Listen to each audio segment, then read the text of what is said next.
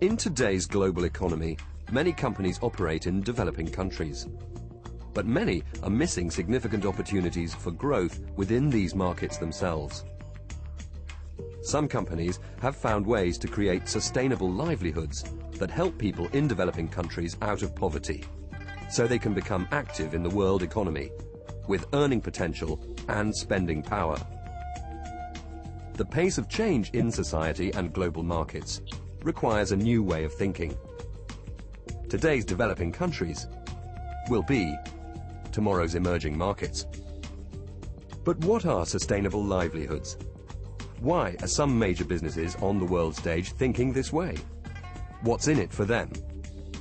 And what's in it for the people in the developing countries they work with? Much of the developing world is still facing the challenges of growing populations, few and diminishing resources, political and local unrest. These communities lack some or all of the essential ingredients for a sustainable livelihood: clean water, sanitation, energy, infrastructure, education, healthcare. Businesses can engage with developing countries to create sustainable livelihoods that not only deliver basic needs, but also bring opportunities for the countries and the businesses themselves. It makes good business sense to find ways to help people out of poverty, to increase their earning potential and spending power, so that they become tomorrow's customers, employees, and business partners. Creating sustainable livelihoods requires strategic thinking about how a business engages with a developing country. The vision must be shared throughout the company, from strategic to operational levels, and externally by governments and communities. And people must be given a license for innovation. In Mozambique, a project to build and operate an aluminium smelter has been run in a way that has created sustainable livelihoods for many local people. At BHP Billiton's Mozal plant, clear guidelines were set out. Maximize use of local labor, provide skills training, actively encourage use of local contractors, allocate a proportion of contracts to local SMEs, promote SME training. Construction and operation of this plant required a high degree of technical precision and skill. However, instead of relying on expatriate firms, BHP Billiton decided instead to build capacity locally.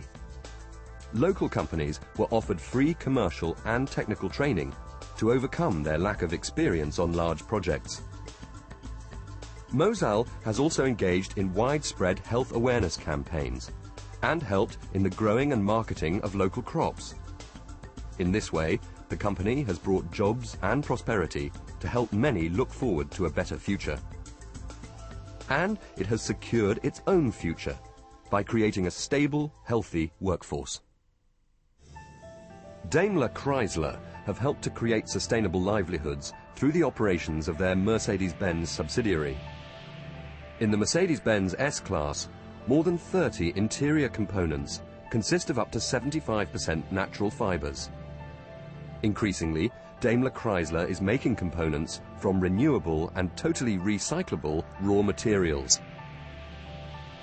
In Brazil, for example, they are making headrests for commercial vehicles out of coconut fiber. The Poema project resulted from collaboration with the Brazilian University de Pará. Villagers in one of the poorest areas of Brazil now produce these headrests locally.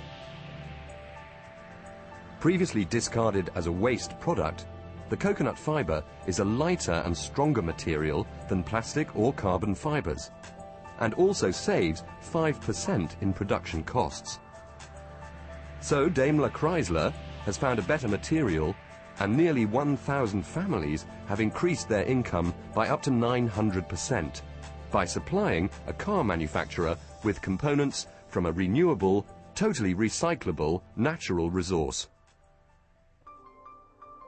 BP is another company that knows that sustainable development can bring benefits all round.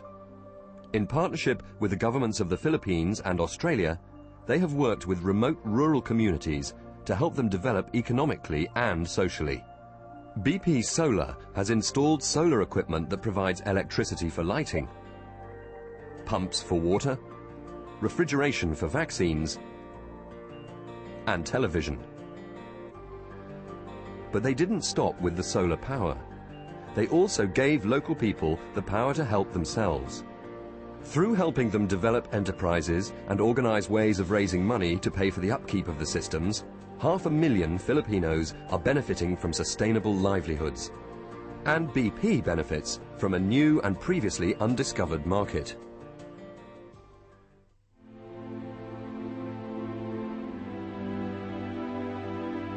So what are the lessons to be learned? The World Business Council for Sustainable Development believes that we have only just begun to see businesses capturing this new opportunity.